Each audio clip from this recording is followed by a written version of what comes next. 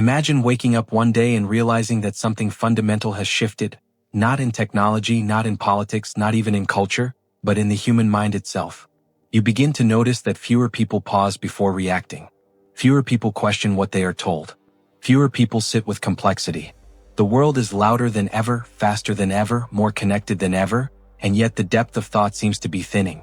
It feels as though critical thinking, once considered a pillar of intelligence and maturity, is quietly disappearing. This is not because people have suddenly become incapable of reasoning. It is because reasoning has become inconvenient. We are living in an age where speed is rewarded over reflection, certainty over curiosity, and outrage over understanding. And in such an environment, critical thinking does not thrive. It suffocates. Decades ago, Noam Chomsky warned about what he called the manufacturing of consent. He argued that modern societies have developed sophisticated systems for shaping public opinion, not by force but by narrative control. When populations are constantly exposed to carefully curated information, repeated slogans, and emotionally charged framing, they begin to internalize ideas without realizing they were conditioned to do so. The most effective form of control is not oppression. It is persuasion without awareness. The modern information environment amplifies this problem. According to neuroscientist Daniel Levitin, the average person today processes exponentially more information in a single day than individuals did just a few decades ago. Notifications, breaking news, social media feeds, podcasts, advertisements, emails, and endless streams of commentary flood our attention from the moment we wake up. The brain, overwhelmed by this avalanche, begins to rely on shortcuts. Instead of carefully evaluating ideas, it looks for signals: popularity, familiarity, emotional resonance. Thousands agree with it, it must be valid. If it aligns with our tribe, it must be right. But these shortcuts are not reasoning. They are survival mechanisms. And in a hyper-connected digital ecosystem, they are easily exploited. The erosion of deep reading further compounds the problem. Cognitive neuroscientist Marianne Wolf has explained how digital media is reshaping the neural pathways associated with sustained attention. We skim more than we study. We scroll more than we contemplate. We consume fragments instead of full arguments. Critical thinking, however, demands immersion. It requires wrestling with ideas long enough to see their nuances, contradictions, and implications. When attention becomes fragmented, thought becomes shallow. The late astronomer Carl Sagan once warned that we live in a society exquisitely dependent on science and technology, yet hardly anyone understands the systems upon which we rely. His concern was not mere ignorance, it was intellectual vulnerability. When citizens depend on structures they do not comprehend, they become susceptible to manipulation by those who do. To understand why collective stupidity spreads so easily, we must examine the mind itself. In his groundbreaking book Thinking, Fast and Slow, psychologist Daniel Kahneman described two modes of thinking. One is fast, automatic, emotional. The other is slow, deliberate, analytical. The fast system conserves energy and allows us to navigate daily life efficiently.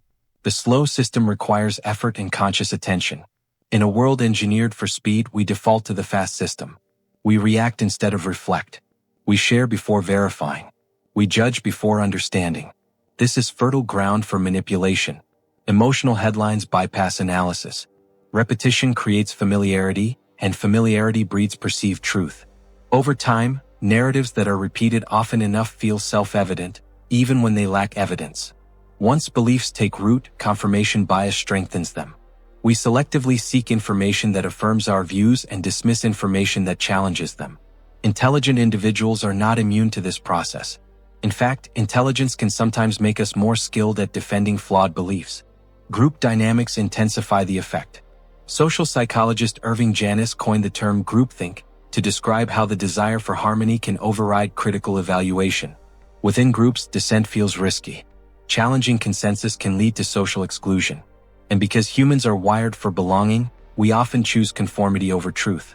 History provides sobering examples of how intelligent communities have made catastrophic decisions simply because individuals feared standing apart. Yet progress has always depended on those willing to question prevailing assumptions. Galileo Galilei defied dominant cosmology. Charles Darwin challenged established views of life's origins. Martin Luther King Jr. confronted systemic injustice. Each faced resistance, ridicule, and hostility. Their courage was not merely intellectual, it was moral. They valued truth above approval. Beneath the technological and psychological factors lies a deeper issue: fear. Critical thinking is threatening because it destabilizes identity. In modern culture, beliefs are often intertwined with self-worth.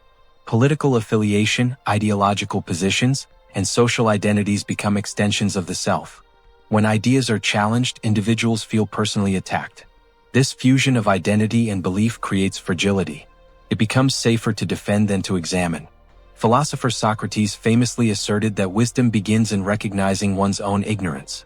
This humility is foundational to growth. Yet humility is rarely celebrated in contemporary discourse. Confidence dominates. Certainty commands attention. Admitting "I don't know" feels like weakness in an environment that prizes immediate opinions. Swiss psychiatrist Carl Jung observed that people will do almost anything to avoid confronting their own inner world. True critical thinking demands such confrontation. It requires examining inherited assumptions, unconscious biases, and emotional investments. It requires asking difficult questions not only about society but about oneself. Why do I believe this? What evidence would change my mind? Am I seeking truth or validation? Reclaiming critical thinking is neither simple nor comfortable. It involves cultivating habits that resist cultural momentum. It means reading long-form works instead of relying solely on summaries. It means engaging with opposing viewpoints not to win debates, but to understand complexities. It means slowing down reactions and allowing space for uncertainty. It means recognizing that being wrong is not humiliation, it is evolution. Most importantly, it means detaching identity from belief. You are not your current opinions. You are the consciousness capable of revising them. Growth becomes possible the moment you allow ideas to change without perceiving it as a loss of self. The decline of critical thinking is not inevitable. It is a byproduct of systems that reward immediacy, polarization, and engagement metrics. But systems influence, they do not determine. Individual discipline remains powerful. Each moment you pause before sharing a claim, each time you investigate a source, each instance in which you listen fully before responding, you strengthen the muscle of discernment. The most revolutionary act in a culture of noise is thoughtful silence followed by careful speech. The greatest resistance to collective stupidity is personal clarity. Societies are shaped not only by institutions, but by the cumulative habits of individuals. When enough individuals choose depth over distraction, discourse begins to shift. We do not need louder voices. We need steadier minds. We do not need more information. We need better judgment. The health of any civilization ultimately depends on the quality of its thinking. And that quality begins with a single decision: to remain awake in an age that encourages mental sleep. The collapse of critical thinking is not destiny. It is a challenge.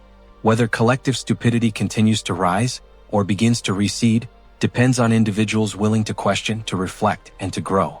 The responsibility is not abstract. It is personal. In the end, the question is simple but demanding. Will you surrender your mind to convenience and conformity, or will you cultivate it with courage and care? The future of discourse, of democracy, and of meaningful progress may hinge less on technological innovation and more on this quiet, deliberate choice. Stay curious, stay humble, and above all, keep thinking.